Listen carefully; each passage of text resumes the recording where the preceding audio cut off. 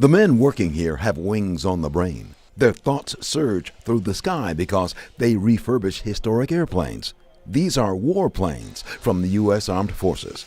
This is a workshop of the Military Aircraft Preservation Society, MAPS, in Greene in Summit County, Ohio.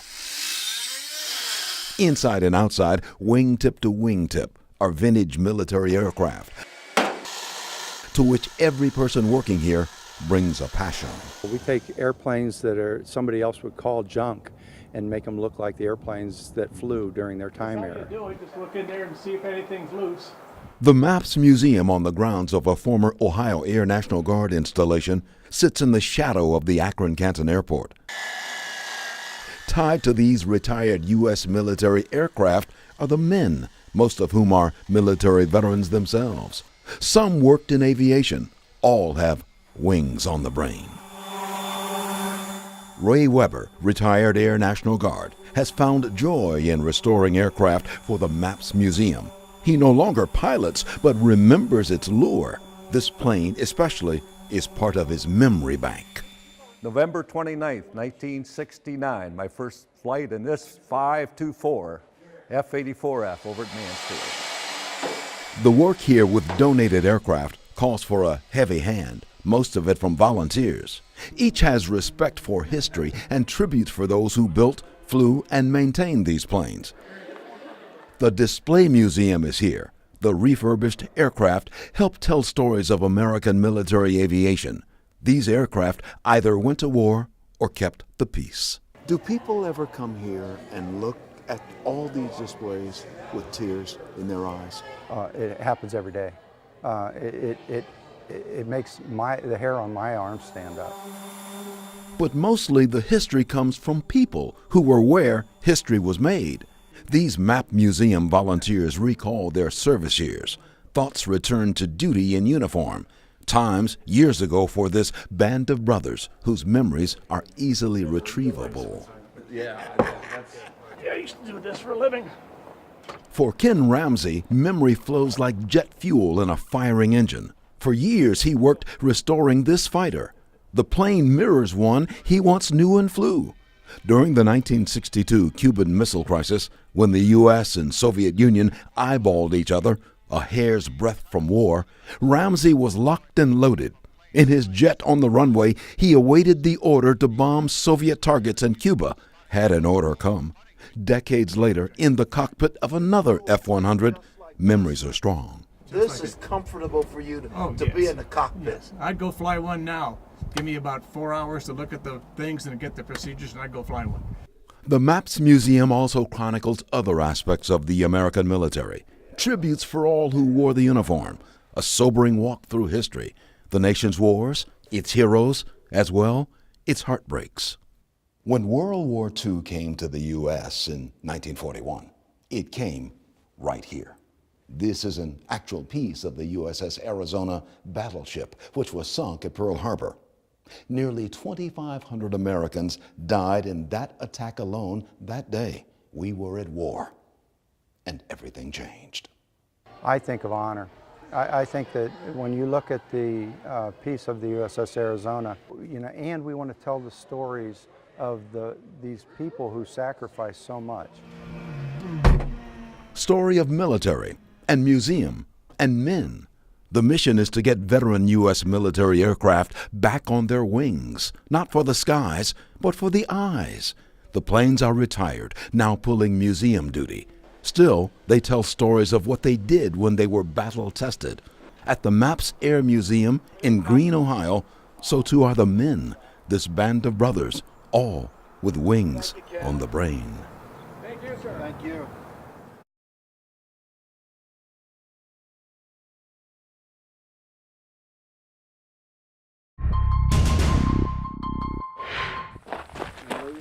Tony Tetsawari grappled with what he claimed was and is a continuing radioactive threat at Fernald. Is Fernald cleaned of radioactive danger? No, sir.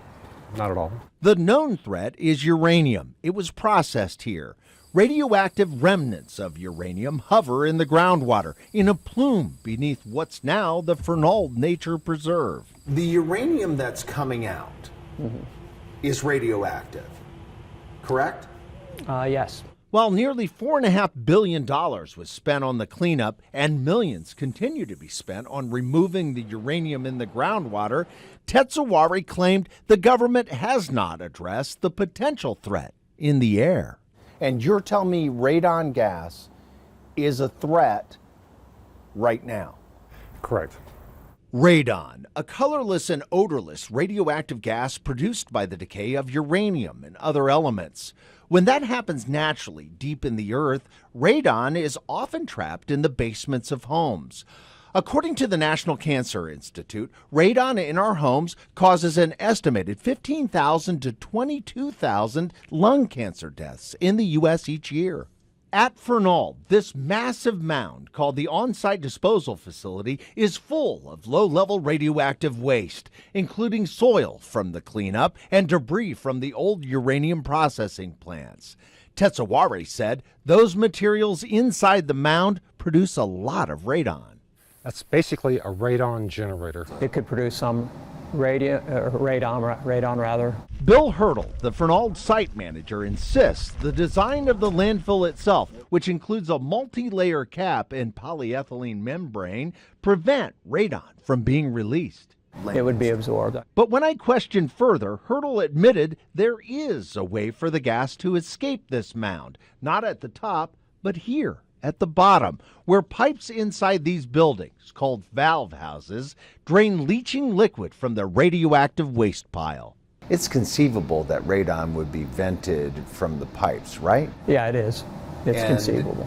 The question is how much of that is being vented, and we don't know. Well, we don't know, but we do have, we don't know exactly what it is, but we do know that we have ventilation systems on each of those buildings. Those ventilation systems were installed after strong odors began emanating inside the valve houses in 2007. The air was never tested for radon. Are you checking for gas?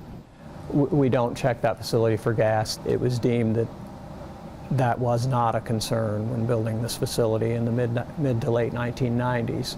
So we have never sampled for radon in that facility. Radon was monitored in other parts of the Fernald Preserve, but that ended 9 years ago. The reason we stopped sampling for radon was that we had 10 years of data showing that it was very near background. Background is a scientific term for what's already there. Is it just a small amount, this acceptable risk range, or is it more? You know, are there spotty areas? It's not tested. Because it's not tested, we don't know. That lack of testing continued to frustrate and concern Tetsawari, who complained to the EPA, but says he never got a reply. If you don't look for it, it's not there. Would you live near here? No.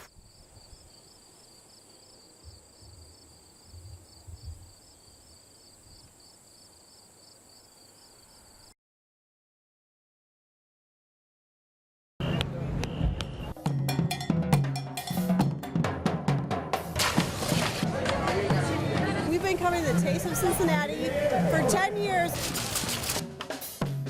It's the food, and it's just Cincinnati and Northern Kentucky coming together. Eli's barbecue with some coleslaw. So much food, bands, great time. We've had La Rosa's. Couple beers because we're friends and we decided to come down here and see each other. I mean, diversity is the key to life. So, seeing everybody come together, having a good time, that's what it's all about. I love Cincinnati. If there's one thing to come down to a taste, it's for the people. So we eat way too much, drink maybe a few more than we should, but it's a great time. I was born here. Of course I love Cincinnati. Want to see everybody else, all kinds of people, great food, great mix, friendly environment.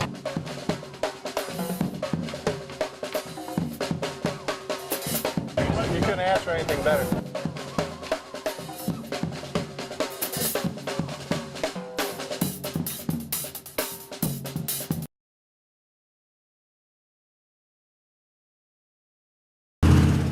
Backed the trailer in with my van, and we thought we may race Saturday, so we left everything hooked up, and we left the trailer still attached, van and trailer still attached. How many go-karts were in there? 3. Monday morning, I was taking Saban and Daniel to school, and the van and trailer were gone. Gave me an address, and there's a Cincinnati officer watching it. These are left over from the detective's fingerprinting. The officer let us open the side door, and we realized everything was gone. We're approaching almost 30,000. We made it easy on them. Everything was on wheels. They rolled that out. They rolled that out. These are oval racing dirt go-karts. I don't get why they steal from people who haven't done anything to them. Oh, it's since he was 3 years old. He's only talked about racing his whole life. And if they would have known who we are and how much it meant to us, then maybe they wouldn't have not known that they were crushing a kid's dream. Just please give us back our carts and our helmets. Such landscaping right up the street had 2 trailers stolen last week, and then another buddy said my neighbor got his trailer stolen with a dirt bike in it, and then so we're the 5th or 6th trailer within 3 miles of here to get stolen. So not all of it's going to come back, but all we need or want are our carts and our equipment to drive.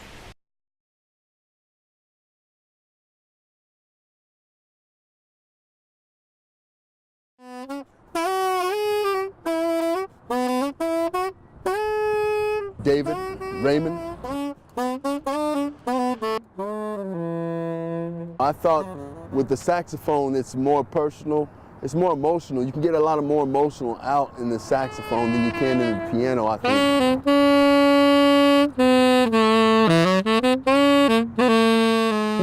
Me, it makes me happy. You know, sometimes in seasons and you know, in the holidays times, people could get a little down about things long lost and, you know, just memories and things. But I was really happy and excited today, so I came out and just felt like spreading the joy, spreading that love.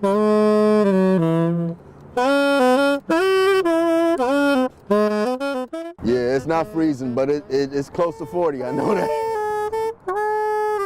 I enjoyed myself. I worked on airplanes in the Navy. A lot of people work on the water side, you know, ships and things like that. I was in the aircraft carriers.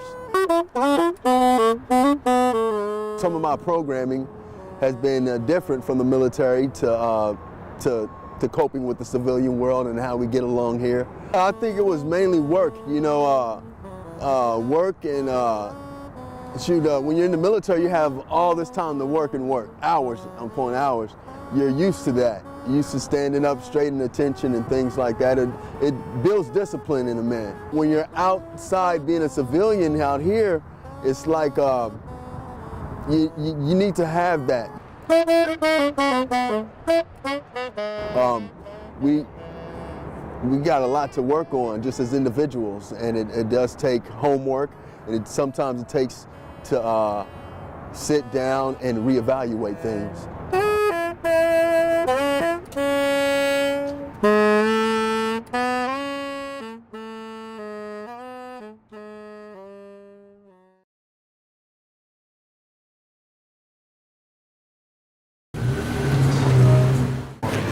That's actually a nice little treat, especially with the newer cars. Heated steering wheels, so when I get in there and $5 is your change money, and I can grab onto it, it's like, ooh, that's kind of nice. Tim Long, Valet Park. You have a good day, man. At the Steakhouse Lissa. If it's slow and I'm just standing here, like the little pocket warmer thing, I'm dying. The busier it is and the more I'm running, the warmer I feel and the better it is. Doing a good job? Yeah, he's doing a good job. I'm from Louisiana, so this cold is completely new to me. It like chills me to the bone here. $5. I got a pair of sweatpants and basketball shorts on. I got like two or three shirts underneath my fleece jacket. Then I have a sweater, this jacket, and then this raincoat. Cold kind of goes straight through my shoes, so when I get in their car and the heat's on, it's a nice thing. Thank you so much. I really appreciate that. People come up and hand me a couple extra dollars and like, hey dude, I see you're working hard out here in the cold and it's freezing, so here you go. Have a good night. I'm not used to this at all, but I guess I'm starting to get used to it a little bit.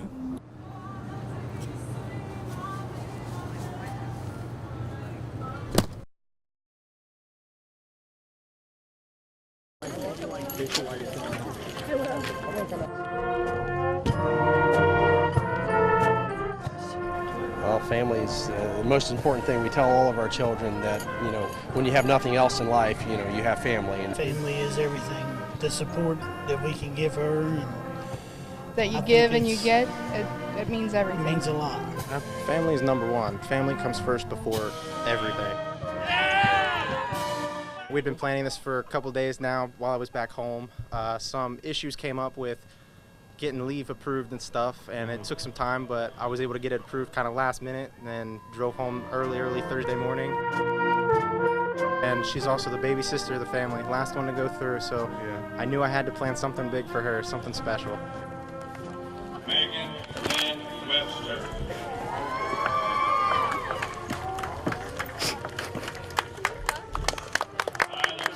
This is Ben.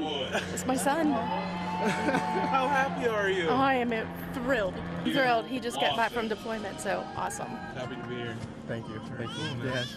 Family comes first before everything. If that means that I have to sacrifice everything for them, meaning the time that I get with them, the time I have to spend away from them to keep them safe, that way they get the freedoms that they deserve, then so be it. They will always come first in my book. I do that by serving the United States Navy. How do you think she took that? She took it very well.